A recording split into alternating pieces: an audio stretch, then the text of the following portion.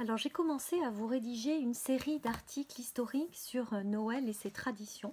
Une série que j'aime beaucoup parce qu'elle nous rappelle un petit peu d'où tout cela provient.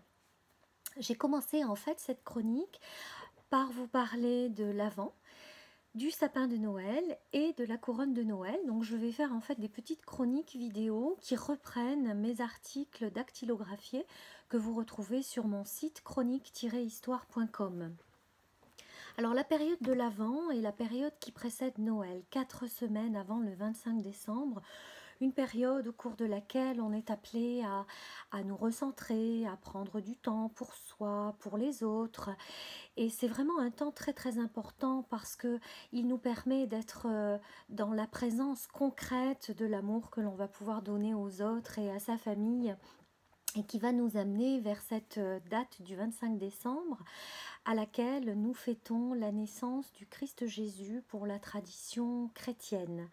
Mais cette date en fait du 25 décembre a été reprise selon la tradition du solstice d'hiver qui avait lieu toujours à peu près une date qui a été fixée aux alentours du 21 décembre et qui est en fait le jour où les jours commencent à rallonger justement, hein. C'est la renaissance de la lumière, les jours se font plus longs, c'est la fête de la lumière, fête de la naissance, résurrection de la lumière et par conséquent naissance du Christ que la tradition chrétienne a repris. Alors à sa création au 5e siècle, la célébration de l'Avent débutait au 11 novembre, jour de la Saint-Martin. Les fidèles jeûnaient ensuite 3 fois par semaine jusqu'au 25 décembre. Et puis, vers le 9e siècle de notre ère, l'Église romaine fixa donc le commencement de l'Avent au 4e dimanche précédant Noël. Au fil du temps, le jeûne fut moins rigoureux car il s'agissait de fêter la naissance de Jésus et il fallait que ce soit une fête de joie, une fête de lumière. Donc toutes les rigueurs ont été en partie abandonnées. Alors on a eu depuis l'origine des calendriers de l'Avent, hein, je vous en ai parlé aussi dans ce texte. Alors aujourd'hui on a plusieurs types de calendriers de l'Avent, des calendriers en carton avec des chocolats à l'intérieur, donc ça c'est très prisé. C'est vrai que ce sont des petits calendriers qui ne sont pas très chers, mais pas très bons pour la santé, surtout si les enfants mangent leur petit chocolat dès le matin avant de partir à l'école. Il y a donc des calendriers qui vont être plutôt de très beaux calendriers décorés, des calendriers d'art qui vont reprendre de très belles peintures ou de très beaux visuels. Et puis, je vous en ai parlé aussi, il y a le calendrier anglais de Jackie Lawson, qui est un calendrier qui se télécharge chaque année pour 5 € avec des visuels complètement différents et où il y a en fait une case à ouvrir par jour avec des animations qui sont vraiment extraordinaires et puis des jeux à faire pour les enfants. Donc ça, je trouve que c'est un très bon investissement. Alors, la tradition des calendriers de l'Avent est d'origine germanique, destinée à faire patienter les enfants jusqu'à Noël. Elle fait écho à l'attente des chrétiens lors du temps de l'Avent, comme je vous l'ai dit, pour la naissance de Jésus-Christ dans la nuit de Noël, dans la nuit du 24 au 25 décembre. Cette forme donc de calendrier originaire d'Allemagne était vraiment très prisée depuis l'origine. Au XIXe siècle, il était de tradition dans ce pays de donner en fait aux enfants chaque matin une image pieuse, une image religieuse durant les 24 ou 25 jours qui précédaient Noël. Ensuite, un éditeur a été le premier à commercialiser un calendrier composé de petits dessins colorés reliés avec des supports en carton. C'était en 1908 et c'était Gerhard Lang qui a réalisé ce premier calendrier imprimé. Dès 1958, apparaissent donc les petites surprises en chocolat dont on a parlé, placées derrière des petites fenêtres où chacune d'entre elles devait être ouverte chaque jour. Voilà donc plusieurs types de calendriers de l'Avent. En tous les cas, cela permet vraiment aux enfants et aux familles de compter les jours pour arriver jusqu'à cette fête de Noël où on on va vraiment partager un repas en famille, un moment avec les gens qu'on aime. On pense aussi beaucoup ces jours-là à ceux qui ne sont plus là. Donc c'est quand même vraiment un moment très important. Alors évidemment, beaucoup d'entre nous ont des sapins naturels, des sapins artificiels, des sapins coupés, des sapins dans des pots avec des racines. Chacun s'y retrouve en fonction de ce qu'il veut et chacun a le choix par rapport à cela. Donc comme la plupart des symboles de Noël, le sapin trouve ses origines dans les religions païennes qui ont précédé le christianisme, comme je vous le disais. Ce qui n'est guère surprenant puisque la date de la nativité du Christ ayant elle-même été choisie de manière à supplanter ces fêtes païennes du solstice d'hiver. Ce solstice qui était si important, fête de la lumière, à partir du moment où les jours rallongent, donc aux alentours du 21 décembre. Dans l'Empire romain, la date du 25 décembre, qui correspond donc au solstice, marquait la fête de la divinité solaire, Sol Invictus. Elle était elle-même précédée de la semaine des Saturnales, célébrant Saturne, dieu de l'agriculture, pendant laquelle il était d'usage de s'échanger les cadeaux. Et oui, ce n'est pas nouveau. Les Romains décoraient aussi pour l'occasion leur maison avec des branches de conifères, des branches de sapin. En Europe du Nord, chez certains peuples germaniques et en Scandinavie, la période était celle de la fête de Yule, et dans la mythologie nordique, c'est le dieu Heimdall qui venait la nuit visiter chaque foyer et laisser des cadeaux à ceux qui s'étaient bien conduits durant l'année. Donc on voit très bien que ce n'est pas récent du tout. Dans toutes ces célébrations, l'usage d'arbres à feuilles persistantes comme élément de décoration est une constante.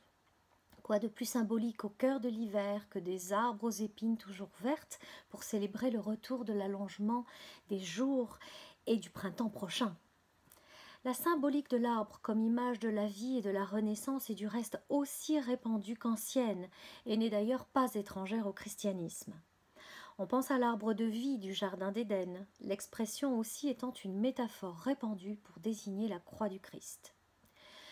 Pourtant, avant de se réapproprier cette tradition, l'Église a longtemps combattu les cultes païens. La légende veut aussi qu'au 8e siècle, saint Boniface de Mayence, apôtre des Germains, ait abattu d'un seul coup de hache un arbre sacré appelé le chêne de Thor, en présence de nombreux païens. Ces derniers se seraient aussitôt convertis, constatant que le dieu au marteau n'avait pas immédiatement envoyé la foudre en réponse. Alors, depuis quand les chrétiens ont-ils repris cette tradition? On attribue une première réappropriation chrétienne de la tradition païenne à saint Colomban, un moine irlandais ayant beaucoup voyagé en Gaule.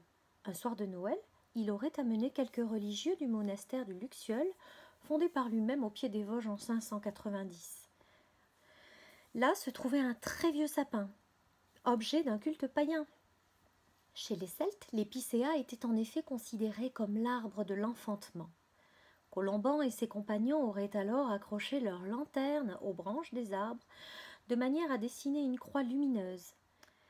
Plus vraisemblablement, on peut dater l'apparition de la tradition du sapin de Noël au XVe siècle, dans les pays germaniques. La toute première mention écrite de cette coutume remonte à 1521. L'origine de cette coutume vient elle-même de la pratique des mystères. Dans l'Occident médiéval, il était fréquent de jouer sur le parvis des églises des scènes de la Bible dont le récit du Jardin d'Éden, notamment à l'occasion des grandes fêtes liturgiques, était joué. Devant la difficulté de trouver un pommier avec ses fruits en plein décembre, on choisit alors un sapin. Alors les décorations. D'où viennent les décorations? Le sapin de Noël tel que nous le connaissons aujourd'hui est probablement le fruit du mélange de l'héritage païen et des mystères chrétiens. Au début du XVIIe siècle, ces deux traditions semblent s'être confondues, probablement pour des raisons pratiques. Mais ce n'est qu'au XIXe siècle que la tradition, dans sa forme actuelle, a réellement franchi les frontières du monde germanique et a gagné l'ensemble de l'Europe, notamment par le biais de l'aristocratie. En France, c'est la duchesse d'Orléans et belle-fille du roi Philippe, Hélène de Mecklembourg, d'origine allemande, qui aurait introduit le sapin de Noël à la cour de France en 1837. Mais Mais ce sont les Alsaciens qui, en émigrant en France après la guerre de 1870, ont véritablement répandu l'usage dans les foyers français. En Angleterre, c'est le mari de Victoria, le prince Albert de Saxe-Cobourg-Gotha, lui aussi né en Allemagne, qui a importé la tradition dans les années 1840. Des illustrations de journaux de l'époque représentent la famille royale devant un arbre de Noël richement décoré. On y aperçoit notamment de très nombreuses bougies, ce qui pouvait être très dangereux, mettre de véritables bougies sur les sapins. Des petites guirlandes, des petits gâteaux, des petites friandises, des fruits. Au sommet de l'arbre, bien sûr, on retrouve l'étoile de Bethléem. Cette étoile qui a guidé les rois mages, nous en parlerons dans une autre chronique sur les traditions de la crèche et des rois mages. Et quant aux boules de Noël, elles furent d'abord rouges, rappelant les fruits défendus de l'arbre du jardin d'Éden. Voilà pour le petit sapin. Alors concernant les couronnes, on a deux types de couronnes. La couronne que l'on va mettre au centre de la table sur laquelle nous allons déposer 4 bougies qui correspondent chacune à un dimanche de l'Avent et que l'on va allumer au fur et à mesure de ce dimanche de l'Avent. On ne les allume pas toutes en même temps, donc on la décore avec du sapin, des pommes de pin, des fruits si on le souhaite, des guirlandes, des boules, des paillettes, tout ce que l'on souhaite. Et en fait, la tradition est très simple. Elle a une forme de roue qui évoque le cycle solaire immuable, donc quand même toujours en référence avec cette notion solaire, de lumière, dont on a parlé tout à l'heure par rapport au solstice. Et puis, on va aussi avoir une couronne accrochée aux portes ou aux fenêtres avec des rubans rouges. C'est aussi une tradition qui est née dans les pays scandinaves et qui s'appelait la couronne de bienvenue, parce qu'elle indique que celle ou celui qui poussera à la porte sera bien accueilli. Et à l'origine, eh bien, il y avait toujours un couvert supplémentaire qui était déposé sur la table de manière à ce que le pauvre qui frappe à la porte puisse trouver une assiette avec de quoi manger. Alors voilà un petit peu pour ces traditions de l'Avent, du calendrier, du sapin et de la couronne. Je vous dis à très bientôt pour la suite de ces chroniques sur les traditions de Noël.